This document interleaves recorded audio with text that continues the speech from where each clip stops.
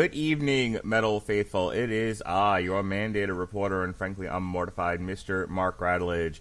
And this is the Metal Hammer of Doom, the most popular show over 4 years running on the Radulich Broadcasting Network and the W2M Network. And now we've got stats to prove it.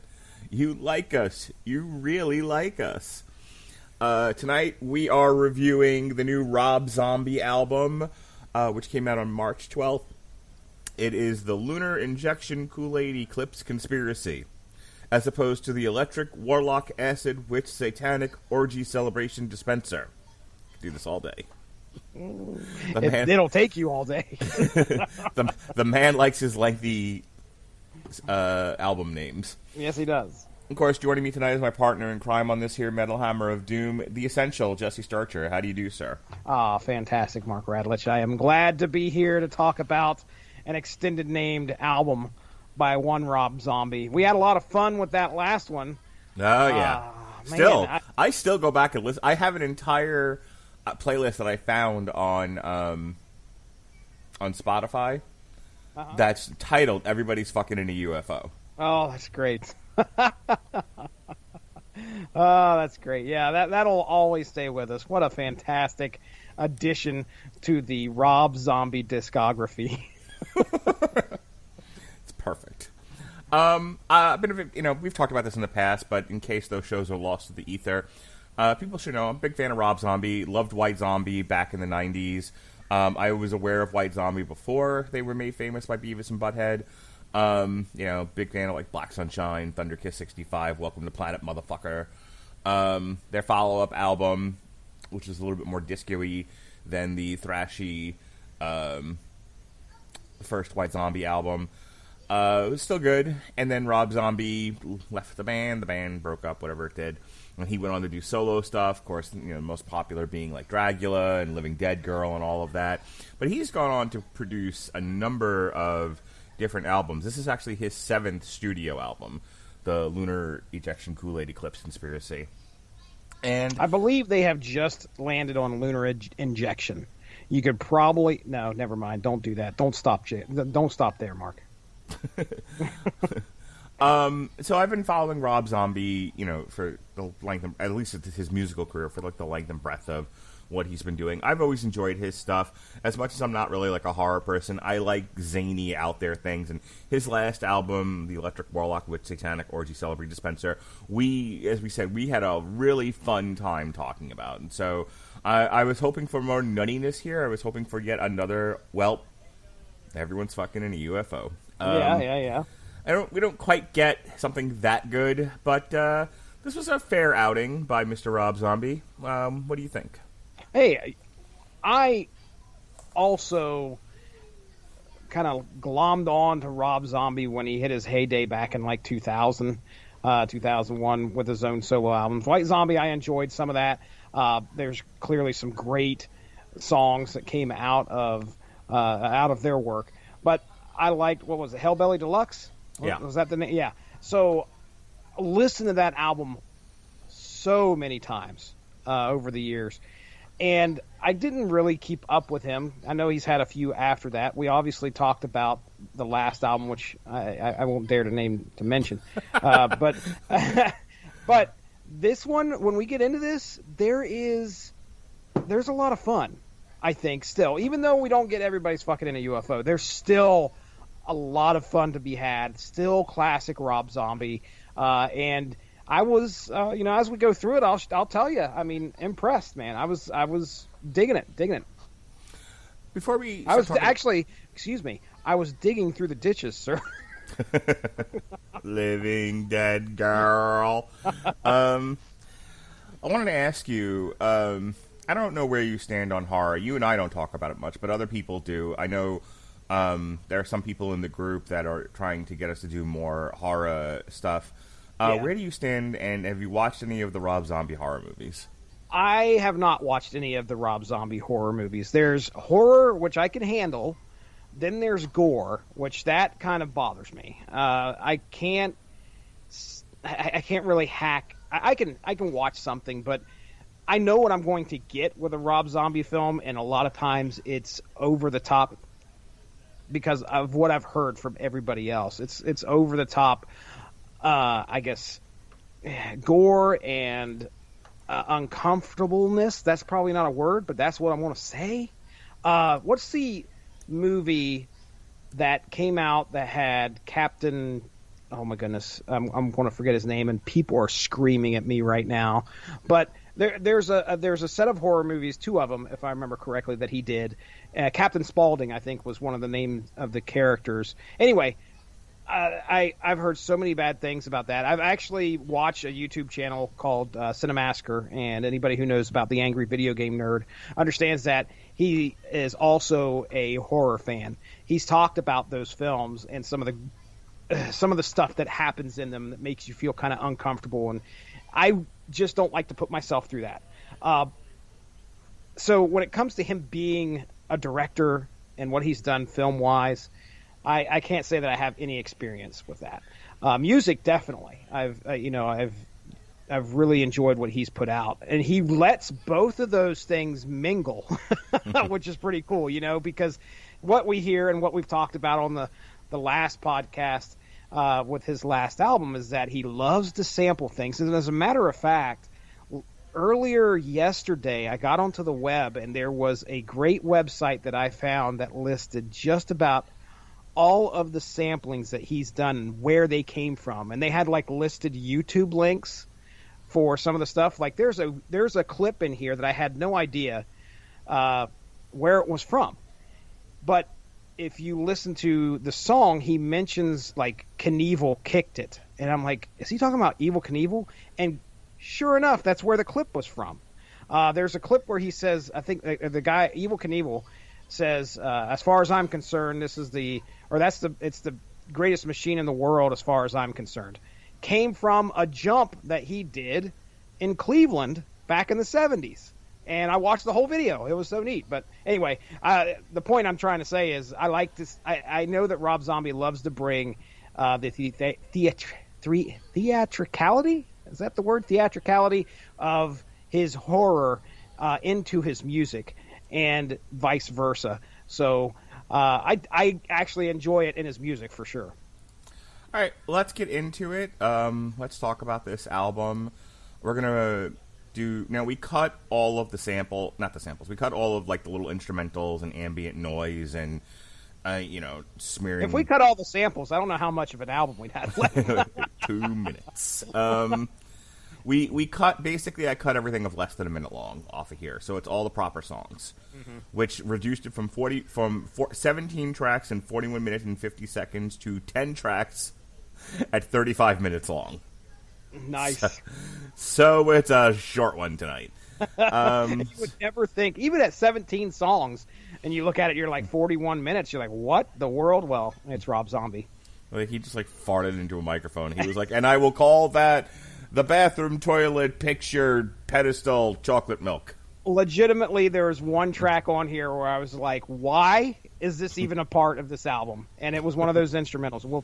I'll maybe mention that as we pass it. But, yeah, man, I'm ready to jump into this. All right, here we go. I'm going to go ahead and play the first 3 tracks here. This is going to be The Triumph of King Freak, The Ballad of Sleazy Rider, and Shadow of the Cemetery Man. The demons hate you. The demons hate you. The demons hate you. The demons hate you.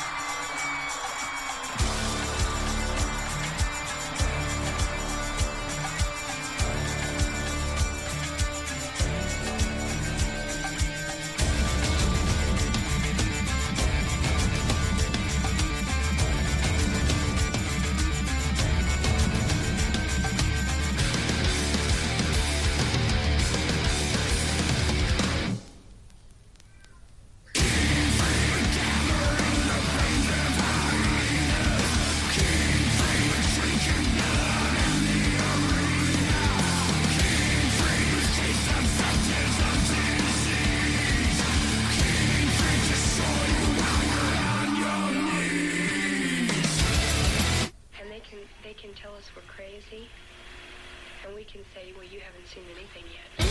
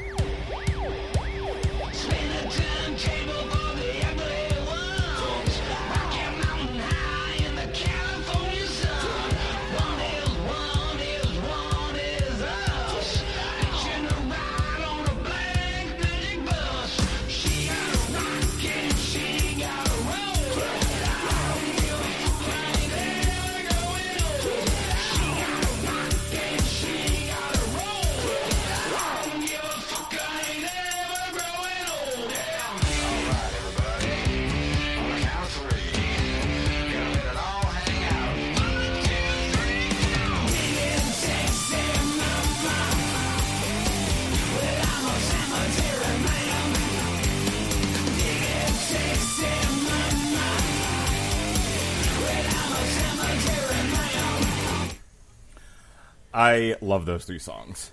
What is it? The Outer Space Motherfucker. What did he say in that second one? The Ballad of Sleazy Rider. Yeah. He's a motherfucking outer space boogeyman, I think is what he said, or something along those lines. That is all I want to be referred to now as. I am no longer Mark, but I am the motherfucking outer space boogeyman. Oh, you can have your pick of titles throughout this whole album. There's some interesting characters that show up. Yeah, man, all three of those are great. I will tell you, I'm picking Shadow of the Cemetery Man as my pick because that one always had me tapping my foot. I listened to this album legitimately at least 15 times yesterday. It's not a hard album to get through. It's like I said, 40 minutes, and you could get through it pretty darn quickly. And I had a long day yesterday, so just sitting there at work, I was like, play, and it just kept repeating, and it didn't get old to me. Shadow of the Cemetery Man, definitely going on my list at least for the pick off of this album. Let me take a look and see what other notes I had here, because we opened up this, like you said, with Triumph of a King Freak and the rest of that song. Solid opener. And then Ballad of Sleazy Rider, another one I couldn't help but nod my head to. I wanted to clap along. And, I mean, I don't give a fuck. I'm never growing old from Shadow of the Cemetery Man. That's, I'll stick with that as my motto. And I think that track 5, Shadow of the Cemetery Man, is the first time we potentially get at least what I hear as porn audio clips, which we knew that was going to happen in a Rob Zombie album. You're going to hear something that sounds obviously overtly sexual, but yeah, it shows up near the end of that song. Go ahead. Sorry. No, go ahead, man. Oh, I want to read you this line from Rolling Stone that's on the wiki. Rolling Stone reported that Rob Zombie, quote, offers the same disco metal dreck he's been peddling for 30 years, ultimately giving the record a 1.5 out of 5 stars. Here's the thing. The same disco metal dreck he's been peddling for 30 years, I feel like is a compliment, not a criticism. 5 stars. I did not see that review by Rolling Stone. 1.5? I love this stuff, though. Like, you said you listened to it like 15 times. Yeah, I've listened to it a lot too, and there are times we do the show and like I'll listen to something once. Like I'll like try to like fit it in like right before we do the show, and it's and it's like, well, we needed to do a show, so this is what we're talking about. But and we've talked about this on other shows before. I'm like, I'm fine with it. It's whatever. You know, it was fun to listen to it and talk to you, and then I immediately forget about it. This one I listen to a bunch over and over and over again, too, and it's probably the one... Let's put it this way. I've used the line that we're going to hear later on in the song Shake Your Ass, Smoke Your Grass. Uh-huh. I know when I like an album when I repeat something from the album constantly. Yes. You know, when I beat that dead horse, you know, when I constantly do the same joke over and over and over again. I think I it's so funny because I think I introduced Alexis into the podcast as, you know, come on, Alexis, shake your ass, smoke your grass. And of course, she's like, what? I'm a married woman, sir. You know, and it's like, you know, but it's like I'll say that to anybody, you know, and I've said it to other people, you know, because I think that's such a great song, and I think that's such a funny line. And it's like, when an album sticks out to me that much, I know for me it's good. Mm-hmm. Yeah. Yeah. There's a lot of fun, again, to be had on this album. The first 3 solid tracks that we get, the first 3 actual tracks are, you know, a good way that's setting up this Rob Zombie album, and I can't say that it departs too much from what I was expecting. Now, we knew that he goes off every once in a while and does some strange stuff. You know, everyone's fucking in a UFO. And that isn't lost here. And as we get into these next 3 tracks, you'll see right here at the beginning. Yes, sir. All right, so let's go to the next 3 tracks here. Let's listen to those, and then that'll be about halfway through the album. So then when we come back, have some reviews for me. I'm ready to rock and roll, sir. All right, so here we go. We've got 18th Century Cannibals, Excitable Morlocks, etc., etc., The Eternal Struggles of Howling Man, and the Satanic Rites of Blackula.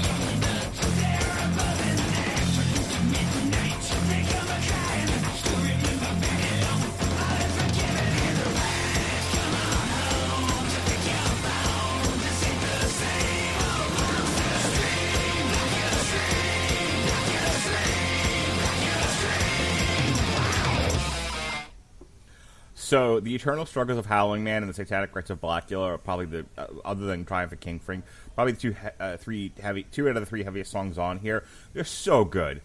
Like, oh yeah. You know, the next set of songs is going to be the one that I'll probably ask you to put on the list, and is my favorite. But it's just because it's a wacky song. But like if you're just looking for like straight up like jam and heavy metal, you can't. It doesn't get much better on here than Eternal Struggles of the Howling Man and the Satanic Rites of Blackula. Man, 18th century cannibals, excitable Morlocks, etc., on a ghost train. On a one-way ticket. And a one-way ticket on the ghost train. Okay, so were you surprised at the whole country twang that we had to experience there with track 7? You know what I was thinking about with that? You know, we made the joke, I think when the last time we plugged doing this show, we talked about, you know, we were making a joke about Rob Zombie doing the yeah thing, like, yeah. Like, we were, like, you know, we were punctuating every sentence with yeah, because that's what Rob Zombie does. I think that might actually be a whole old hat now, and the new thing is, well... well, so good. And I recall, I think with Everyone's Fucking in a UFO, we were also mentioning the similarity between what he sounds like and what Les Claypool sounds like in Primus. Yeah. And it's funny you mentioned old hat because I felt the same way. I was like, I can't. This works well. It works so well that I'm forgiving him for even doing that. You know, it's like that song is so off the beaten path for what we usually are expecting from Rob Zombie. And trust me, there's plenty of paths that this man can go down. But it was definitely unique, and I enjoyed it. And again, that is one of the tracks I would say that, hey, Jesse, you said this album's fun. What do you mean? Take a look at track 7, okay? Not only is it the most out there track, it's decent, plus it's got the longest title of the longest of all these long titles on this album. But, this album may not be everyone's, you know, jam. It may not be everyone's speed, but I don't think anyone can argue it's not memorable. That's right. That's right. There is one of the tracks we didn't play, which was the much talked about of Metamorphosis. That's a instrumental. It's soft. It's laid back. There is. It seems very. Intentional. That's the word. It seems very intentional. Excuse me, sorry. It seems very intentional that they stuck that one like almost exactly in the middle of the album because it's almost that intermission type feel. Time to go get your popcorn, time to go get your drink, then come back and visit us here in about 10 minutes as we resume with the Satanic Rites of Blackula. So, there you go. You can clearly see the relationship that he has with movies just in the titles of his songs. Yeah, for sure. You know, each one of these is a 70s schlockfic. Schlock film. Each one of these is a schlock film from the 70s, and it feels like. You know, Jesse, you know what I wonder? I wonder if he uses the Grammarly software to help write his screenplays. And I will tell you that the next portion of our show, where we discuss the reviews of this album, is brought to you by our good friends at Grammarly. For you listeners of the Metal Hammer of Doom on the Rattlage and Broadcasting Network, brought to you by W2M, Grammarly is offering a free download of the Grammarly software. Grammarly's AI-powered products help people communicate more effectively. Grammarly helps you write mistake-free on Gmail, Facebook, Twitter, LinkedIn, and nearly anywhere else you write on the web. Grammarly corrects hundreds of grammar, punctuation, and spelling mistakes while also catching contextual errors, improving your vocabulary, and suggesting style improvements. To download Grammarly, because you, of course, why wouldn't you want to download Grammarly after that sales pitch, right? I did. Go to getgrammarly.com/W2M network. Again, that's getgrammarly.com/W2M network to download Grammarly for free. All right, go ahead. Well, real quick. I'm adding like a couple seconds onto the Grammarly stuff here. I downloaded it, and one of the interesting things that I found was that if I'm writing a post, like if I'm just making a Facebook post, it'll pop up a little box that kind of gives you an idea of the attitude, that's my word, of your post. Like, is it happy? Is it informative? Is it straight laced. It's interesting because it has a little emoji that pops up and kind of gives you an idea of if you want to sound a certain way, Grammarly will help you actually achieve that, which is, I've never seen a software do that, and it's free. So check it out, guys. Absolutely. Hey, all right. So these are straight off of Metacritic, all right? Okay.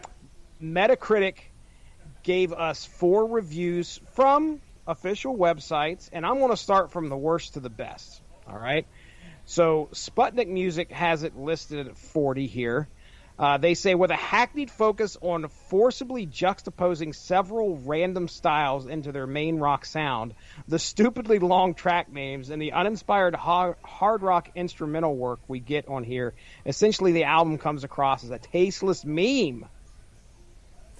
Yeah, I feel like if this were a new band with young kids, you wouldn't get those kinds of reviews. But I think people are just over Rob Zombie. I mean, when you think about, like, he was an adult putting out contemporary music when I was in high school.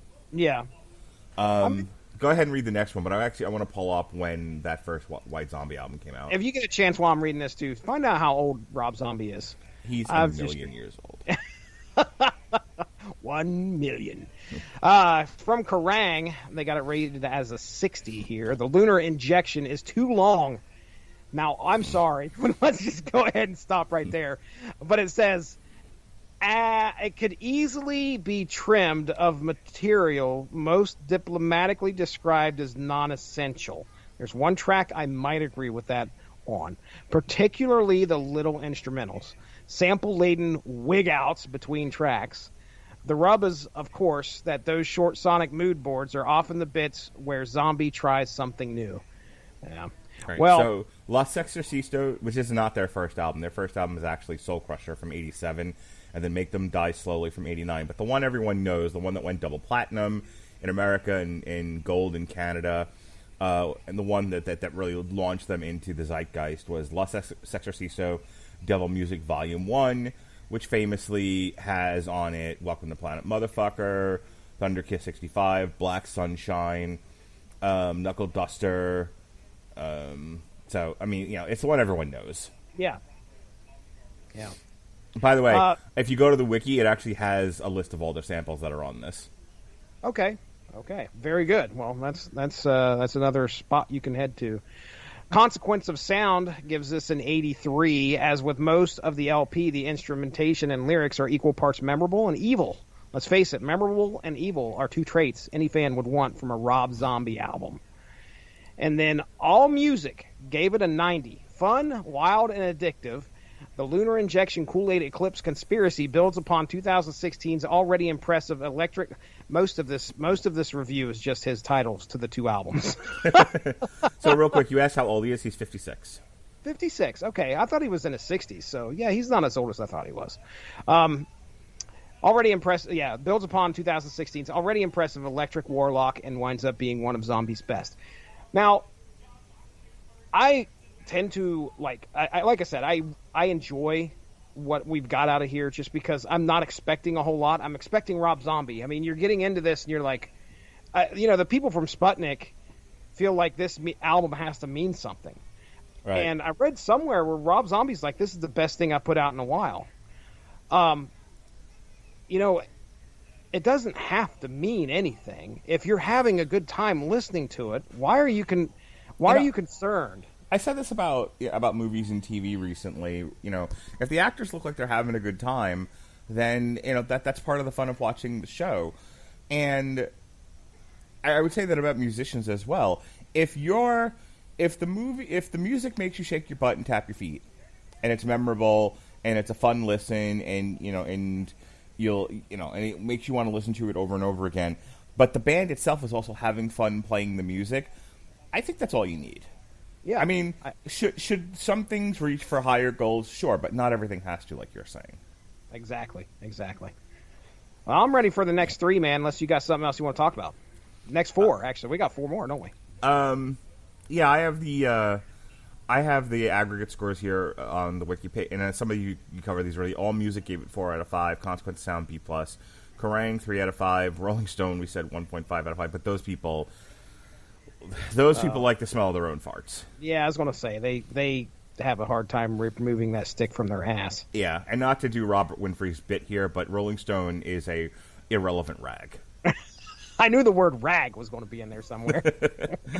And then, as you said, Sputnik Music gave it 2 out of 5, and it's like, again, Rob Zombie's a 20-year-old kid, and suddenly this is a much better album, I think, in the mind of some of these reviewers that are just ageist. Mm-hmm. They're ageist. Ageist motherfuckers. Yeah. He's a cisgendered old white male. Of course, they hate him. Oh, wow. If he had been a black lesbian, none of the. I mean, I'd like to go back and listen to our. I remember being pretty critical about the 2016 album, but this one seems like I'm enjoying it way much more. Way much more. All right, so let's do it. It's gonna be a short review tonight. This is the last 4 tracks on here, which one of my favorites. Oh boy. So here we go. It's Shake Your Ass, Smoke Your Grass, Boom Boom Boom, Get Loose, and Crow Killer Blues. I don't need your Jesus freaks. I don't need your side police. I don't need your saving soul. I don't need your mind control. Shake your ass, your ass. Smoke your grass, your grass. Shake your ass, your ass. Smoke your grass, your grass. I don't need your howling moon. I don't need your happy tune.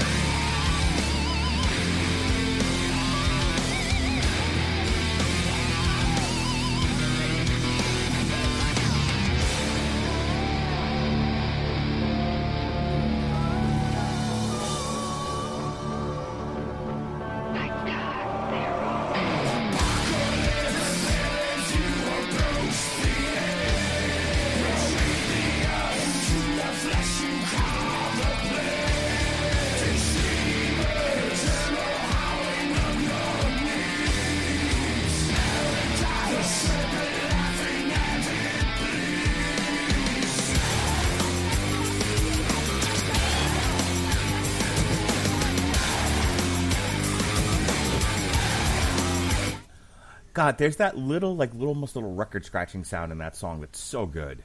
Yeah, So yeah. You cool. can when he does that. I mean, it kind of takes me back to when I was enjoying his stuff back in the 2000s, and hey, we started off with "Shake Your Ass and Smoke Your Grass." Mark Radulich, So is that good. the pick? Is that the pick? That's great, man. I love that song. That is. It reminded me, I don't know why, but it reminded me a little bit of Marilyn Manson. And you know how much crap we gave Marilyn Manson about repeating himself over and over, and some of Yeah. that being like the biggest portion of the song. But regardless, I was still having a blast when I was listening to that song. And I mean, for the RIBN anthem, we can't do any worse than "Shake Your Ass, Smoke Your Grass," sir. Yes, sir. No, I really- really Go ahead. like this album. It's the most memorable. It's probably my favorite album that outside of maybe the Weezer stuff that we've done. And we haven't done too many. I mean, let's be clear about that. If I go back to the calendar and I go to, I mean, I've got we're them only here. at the I've end got of them March here for here. Yeah, Yeah, we did Labyrinth, which was okay. Yep. We did Corpacani, which was okay. We did Serenia, which was okay. We did Epica, which was okay. We did A Day to Remember, which was okay, and then Fiddler's Green, which was a collection of covers, which I liked a lot, but it was but it is what it is. So, of all the albums that we've reviewed so far, which I just went through them all, and not a single one got more than an "it was okay" out of me. This one was so much fun and so memorable, and it's my favorite album we've done so far. So far for the year. Nice roundup there. So yeah, you said smoke. Wait a second. "Shake Your Ass, Smoke Your Grass" is going on the playlist, right? Absolutely. All right, very good. Well, okay. Are we going into final thoughts? Because I've Yes. got. Okay, all right, here we go. So I mentioned earlier about the movie titles that could easily be spawned out of the titles of these tracks. My note earlier was actually this. The title of these songs look like they belong on the cover of some greasy-fingered 100-page pulp found stacked in the back room of a rundown bookshop basement. Boy, if I know anybody that... I was listening to your... I started listening to your Superman versus Spider-Man syndicated source material where you started talking about auctions. Oh, yeah. Boy, if there's anybody I know that would know... that would be intimately familiar with a greasy pulp magazine tucked in someone's basement. It's you fucking garbage picker. Dude, I went upstairs in somebody's house during an auction one time and found this old issue of Thor, and I'm like, why is this not out there? Because everything in the house was being auctioned off. Mm-hmm. But yeah, I've done my fair share of searching people's nooks and crannies. So, What's in this drawer? That's my underwear, sir. Got any good comics in there? is it for sale? Because hey, if anything, hey, I like to handle other people's junk, according to Mark Radulich.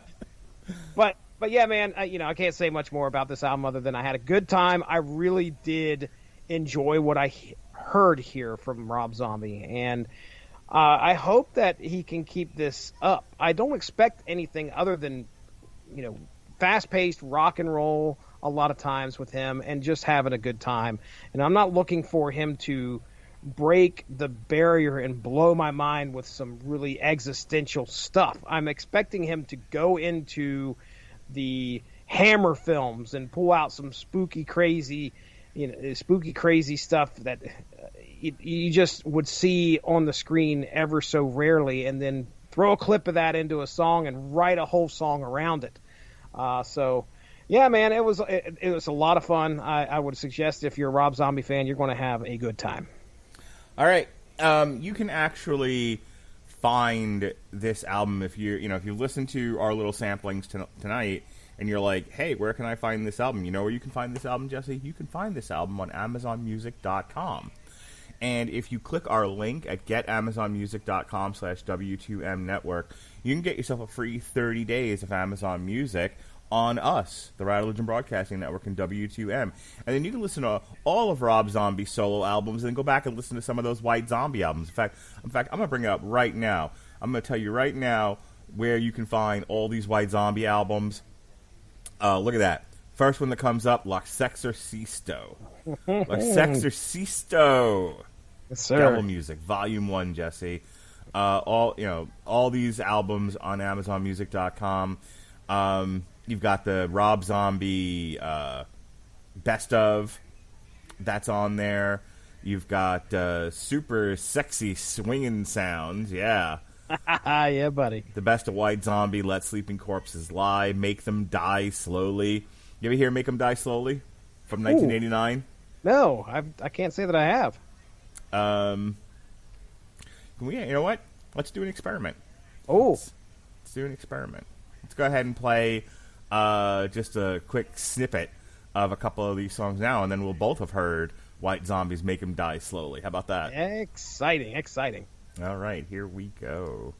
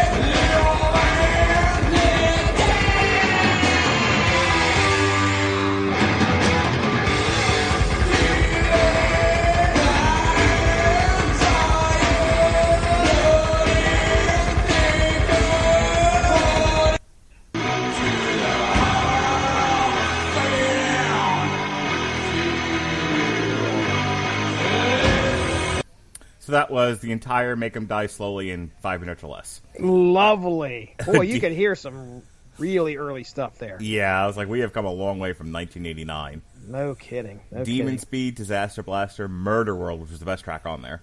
That was one where they were actually saying Make 'Em Die Slowly. Revenge, Acid Flesh, Power Hungry, and Godslayer. And that's on Amazon Music. We just played it. We just did a little experiment there for you to listen to straight from the website itself. So that was fun. Never done that before.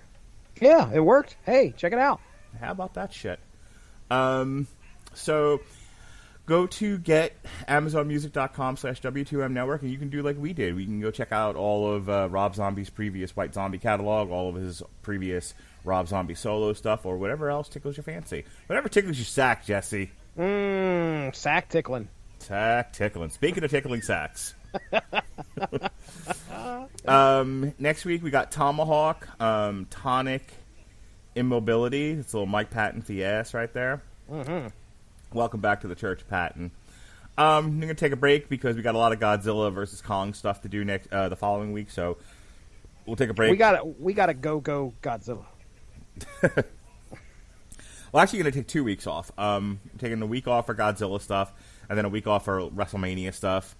But then when we come back, oh boy, we're going to jump on the YouTube, Jesse, and we're going to put together a playlist of all the great tracks from various Mortal Kombat albums. Oh my gosh. That is going to be a blast.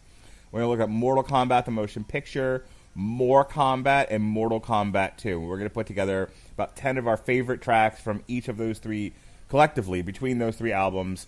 10 tracks, going through them all, and we're going to have ourselves a grand old time. I can't wait to play for you Mother's Day Out.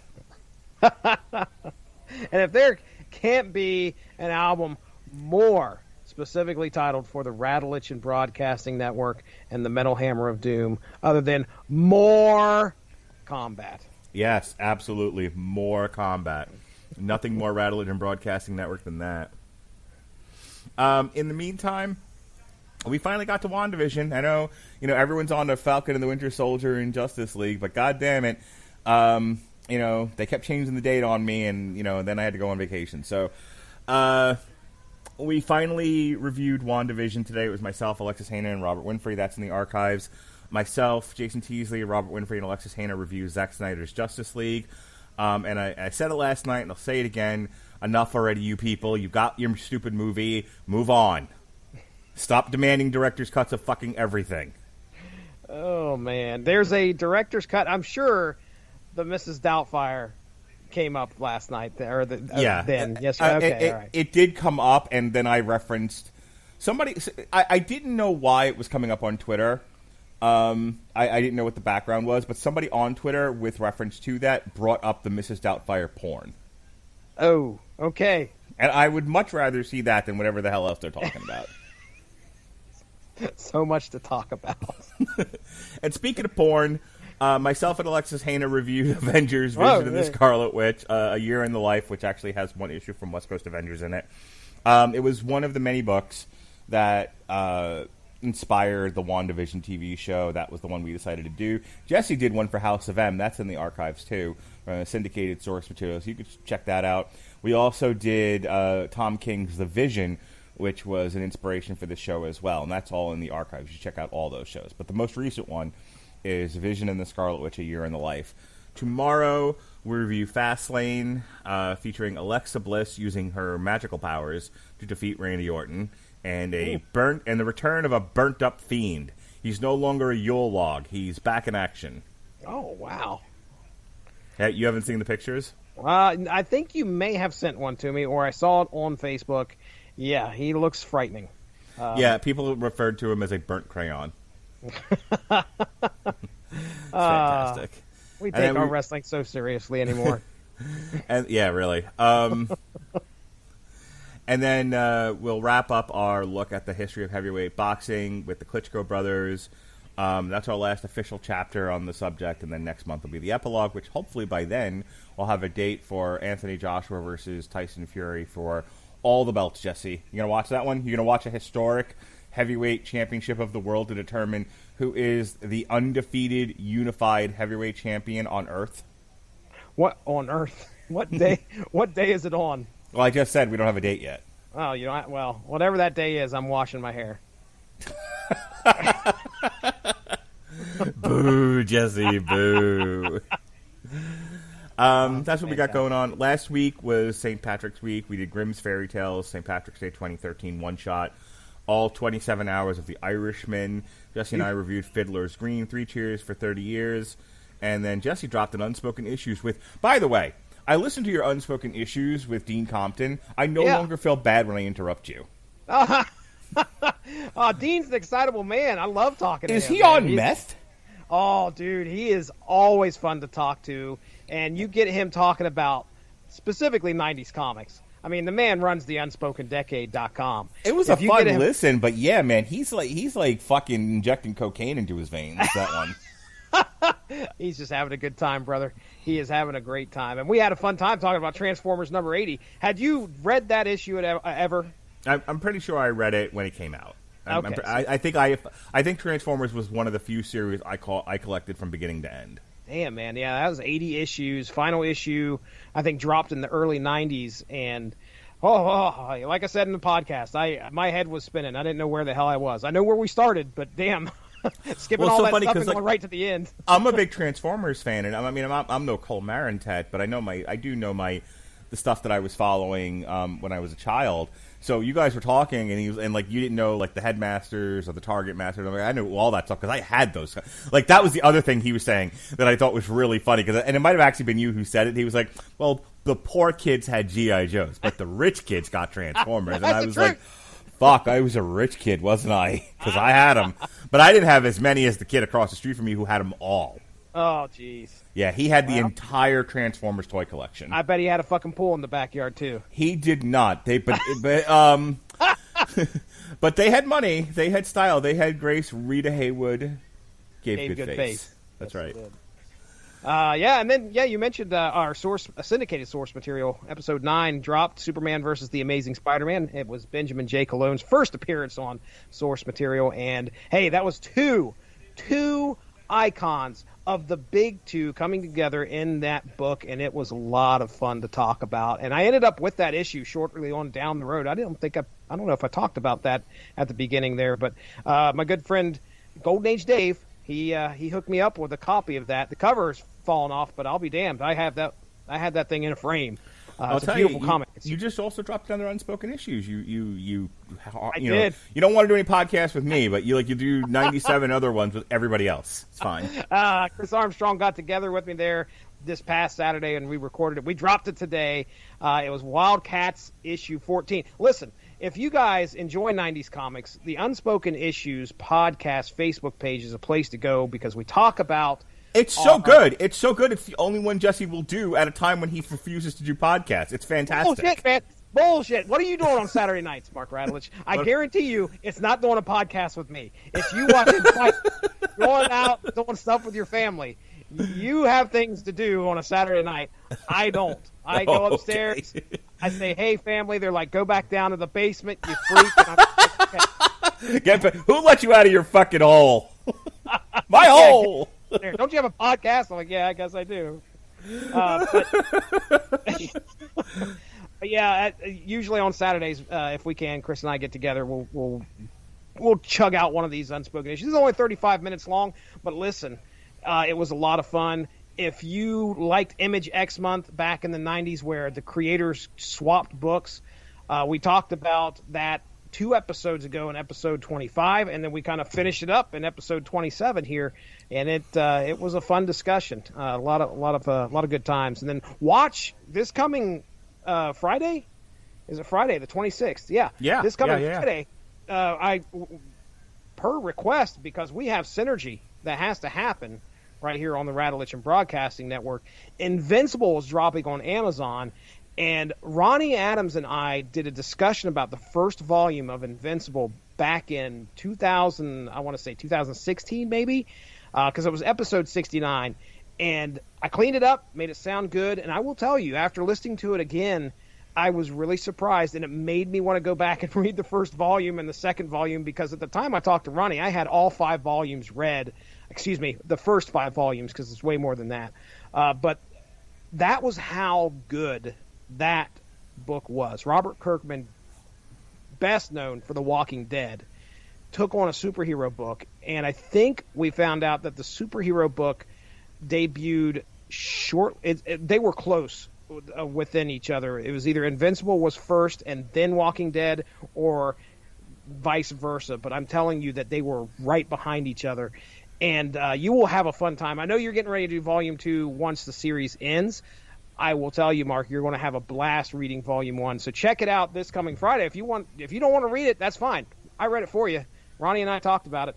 Have a good time listening to syndicated source material on Invincible Volume 1 dropping this Friday. All right. Folks, that's it. Check out our review of Tomahawk next week, our review from Fiddler's Green last week, and our upcoming reviews of like Mortal Kombat and whatnot. So that's what we got. May is going to be a loaded month. May, we've got a lot of music to cover. We're going to be doing Mago de Oz, which is Spanish folk metal, because we love our folk metal. Weezer, the new Van Weezer album. We're going to go back, the most recent Math the Band, Flange Factory 5, because Mathcore. Was it? It's not. No, it wasn't Mathcore. It was Nintendo Core. I keep making that Nintendo, mistake. Yeah, not the full Fathom 5, but Flange Factory 5. That's great. Fantastic. And then Gojira, by request from Jesse. Jesse demanded it, so we're going to talk some Gojira, and that's going to close out the month of May. So you're like, why don't we get, it's the most popular show. We have the numbers to prove it. And you're like, why don't they do more Metal Hammer of Doom? Well, you're getting a whole bunch in May, so there you go. Yes, right up your... Yeah. Metal up your ass, as Metallica said. All right, that's it. That's all for us. Thanks for joining us here on the Metal Hammer of Doom. For Jesse Starcher, I'm Mark Radulich. Be well, be safe, and behave.